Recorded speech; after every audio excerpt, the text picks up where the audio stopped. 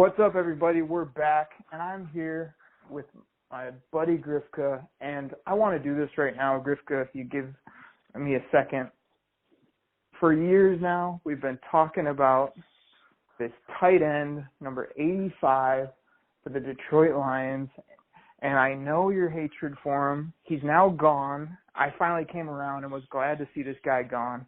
I'm just going to close up the mic right now, and I'm going to give you time to just let the people know what you thought about Eric Ebum, what you think about Eric Ebum, what you don't think about Eric Ebum, and why you're so glad he's out of town and no longer a Detroit Lion. Go for it. Well, you're correct. The first thing is I'm happy he's gone.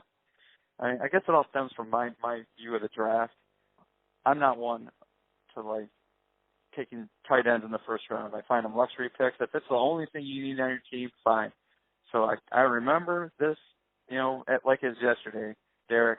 Me and you were shooting emails back and forth, and you asked me, who do you want the Lions to take? And I went through this long tirade, and I just remember the very last line on that email to you was, I don't know for sure who I want them to take. I just know I don't want them to take that tight end out of North Carolina. And I remember that. Yep. And the night of the draft, when they took him, I screamed, and my wife came downstairs in my man cave and yelled at me just to check what was wrong. And I was like, great. So I think maybe I didn't give the guy a fair shot. Maybe he was on my bad side from the start. But then he comes in talking about how he wants to be the best and stuff. I'm like, hey, okay, it's great rhetoric, man. That's what I like to hear. A guy has drive, he's got chip on his shoulder or whatever. And then, he doesn't come in and he doesn't produce as a rookie. And okay, I read all this stuff. Oh, being a tight end in the NFL as a rookie is one of the hardest positions. It's like I hear that crap every time about every position except running back, or it's just like, it's the toughest position. But then, it's just fine. Okay, he's a rookie. I can live with that.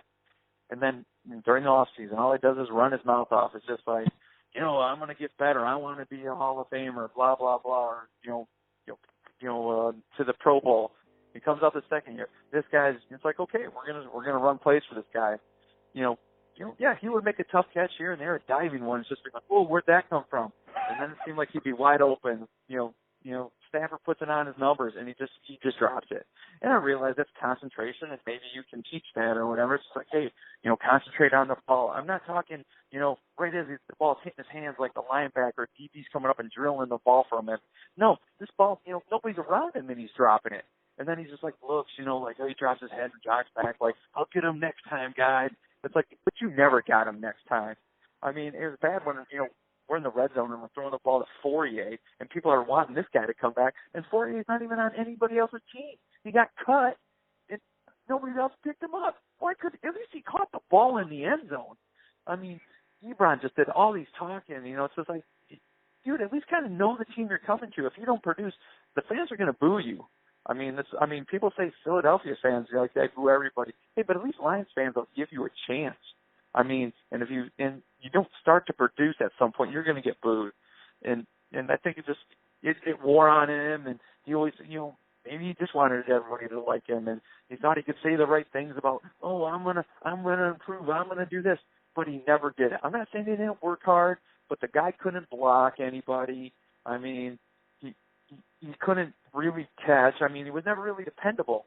And it was almost like at times, the team was like, okay, we'll leave him open. I mean, you can try to throw him the ball, and, yeah, he'd come up with the catch, but most of the times it just never seemed to work out. I mean, for every good game he'd have 4 bad games. I mean, me and you would chat after it. Oh, good game. Maybe he's turning the corner. Nope, next game, 2 catches, a couple drops. The 2 catches would equal 15 yards, no touchdown or anything like that. So, yeah, I'm glad he's gone.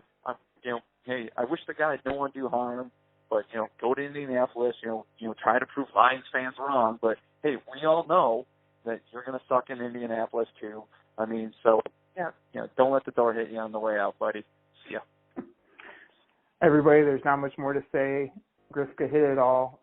ME-BRON, take your 2 frying pan hands and head out, and we'll never miss you. See you later.